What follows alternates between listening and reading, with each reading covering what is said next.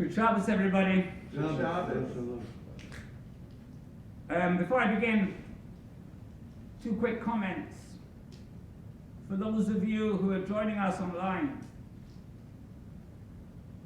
we are well aware that at times it's difficult, or there is a difficulty in hearing. We're working on it. We hope to have the matter resolved within a very, very short period of time. We've identified the issue. Without getting too technical, it means the moving and the reinstalling of microphones. And we've got to make sure we get it all right. So we have it looked into. We've had it looked into, waiting for a report back. In the meantime, I'm going to try and speak as loud as possible.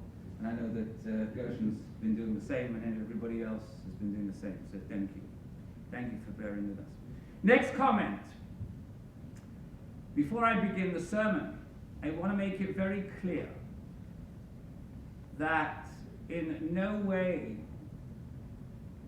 should anything that I am about to say be deemed a denigration or a criticism of any frontline workers, doctors, nurses, or EMS first responders, or anybody whom we are all eternally grateful to that worked so hard during this pandemic and who we support wholeheartedly. That being said,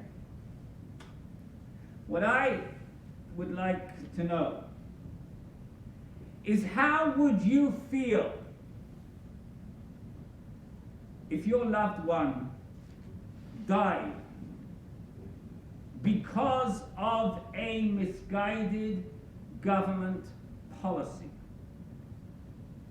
Now, I don't know about you, but I can tell you, not only would I be horrified, I would be angry, and I would demand answers from our politicians. Sadly, I would even say tragically, an unknown number of Montreal and Laval families are wondering if their deceased loved one might be alive today if it weren't for a horrible policy from the Quebec's health ministry that was in effect from April 4th to September the 21st. Now, most of you are probably wondering what the heck I'm talking about.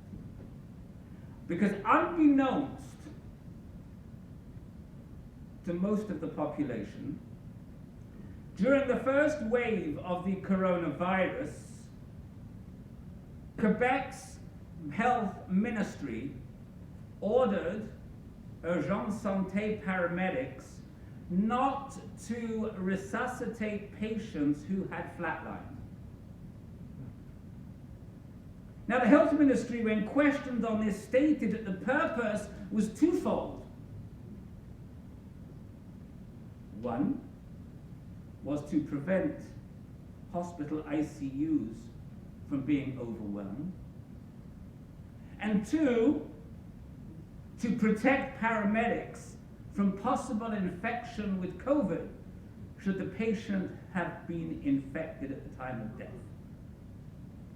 In an interview with Global News, Pierre-Patrick Dupont, Urgence Santé's Director of Care, added that by the time a patient has flatlined, there is only a 2% chance that they will survive in hospital. End of quote. Dupont's statement shows how the first reason given to avoid overwhelming ICUs was nonsensical. If only 2% survive, there surely was no danger that a handful of additional patients would overwhelm the hospital system. And yet, for the handful of people Resuscitation could have meant years more to live with their friends and families. Also, the order was not cancelled during the summer. During the summer, we were told that there was no shortage of hospital beds. It wasn't cancelled until September the 21st to be exact. And that was only in response to the complaints from the Urgent Santé Union. What's even more distressing than the idea of such a policy could be that such a policy was put in place by government bureaucrats. And these government bureaucrats is the fact that the College of Medical Physicians, CMQ, supported this policy. This policy violates, or the support of the policy violates, several provisions of the CMQ's own Code of Ethics. The Code of Ethics states that a physician must come to the assistance of a patient and provide the best possible care when he or she has reason to believe that the patient presents with a condition that could entail serious consequences if immediate medical attention is not given. Certainly, I would say, and I'm not a doctor, but I would say that a patient who is flatlined is presenting with such a condition that would require a physician to help. Wouldn't you agree? I would hope so. The Code of Ethics says a physician may not refuse to examine or treat a patient solely for reasons related to the nature of a deficiency or illness. So the fact that a patient has flatlined and may or may not have COVID-19 should not be a reason to refuse to treat a patient.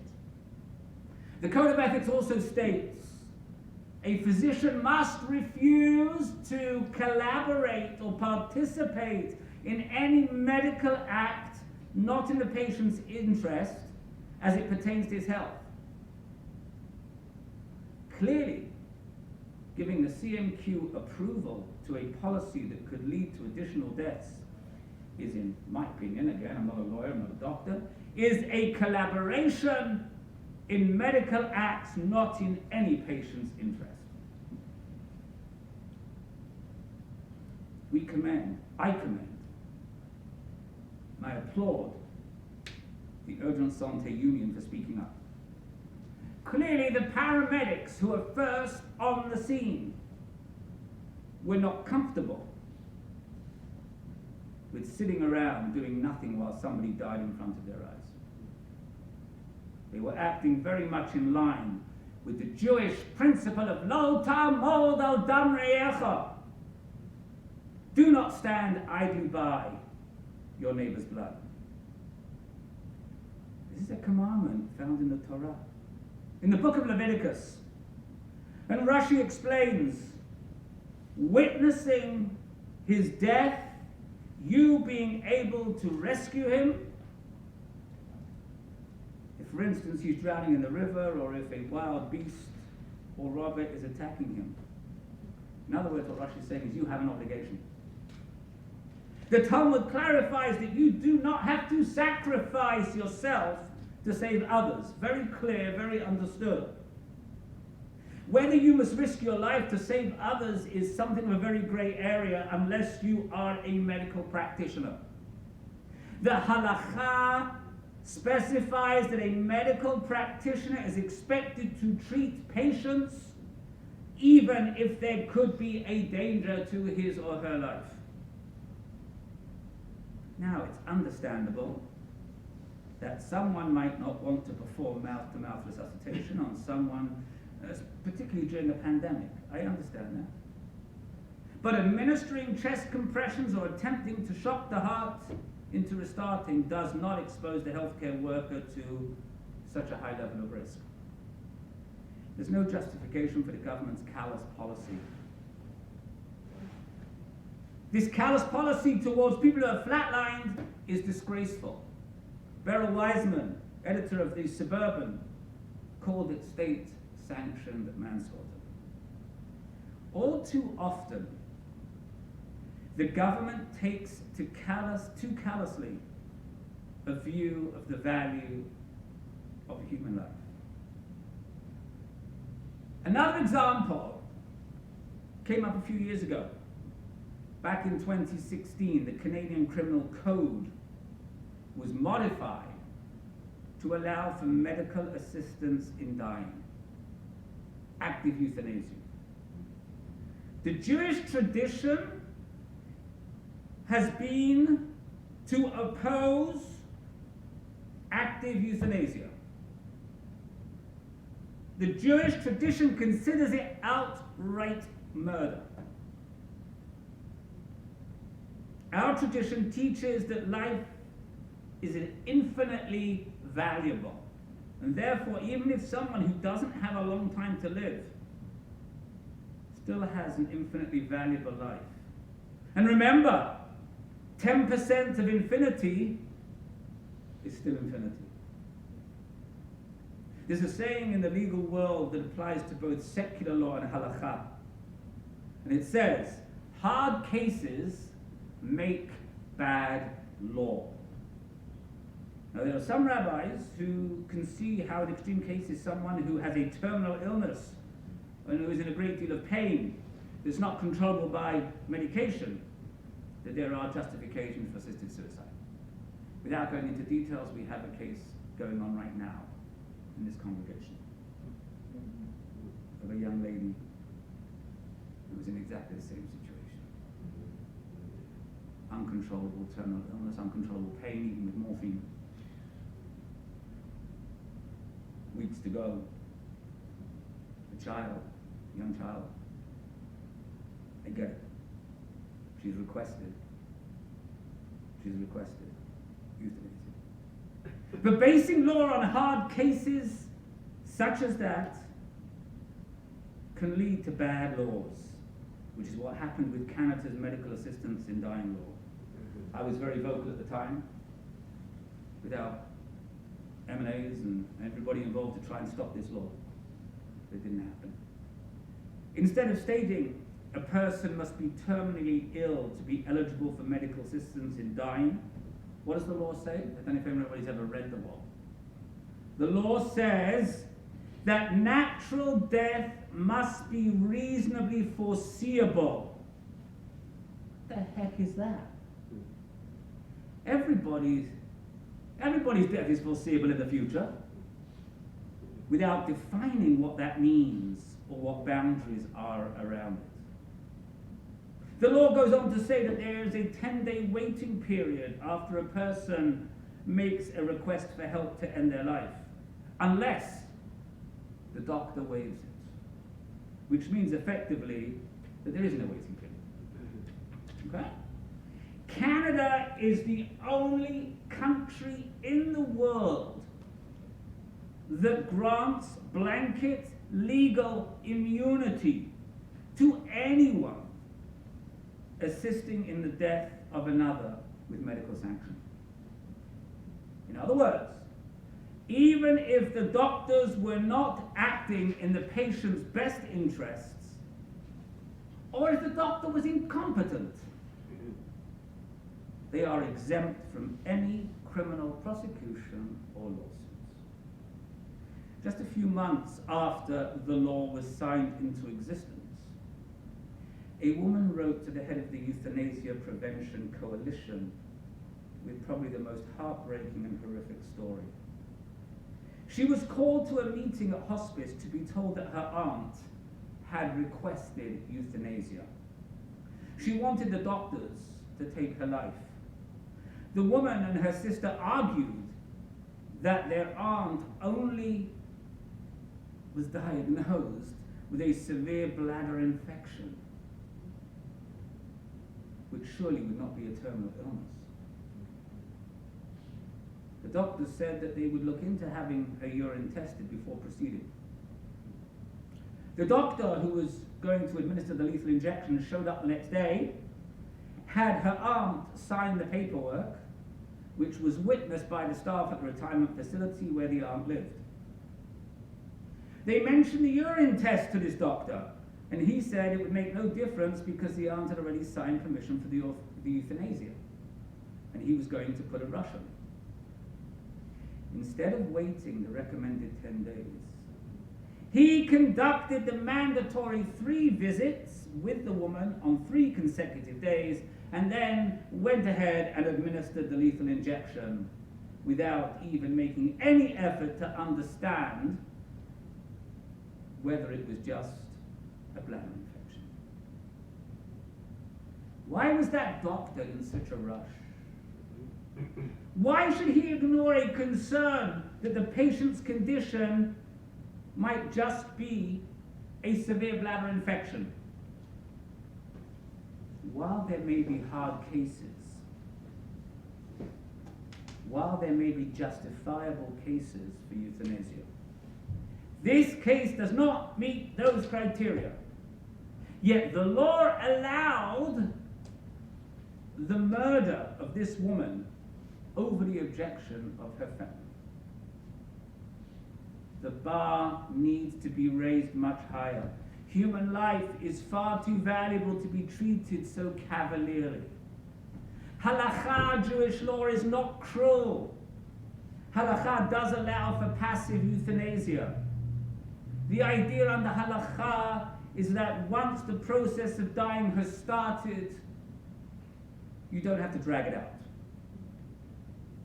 So removing impediments to death, such as a ventilator or a feeding tube, is considered acceptable by many rabbis, depending on the circumstances. It's okay to give someone enough morphine to make them comfortable, even if the dosage is so high that it potentially endangers the life of the patient.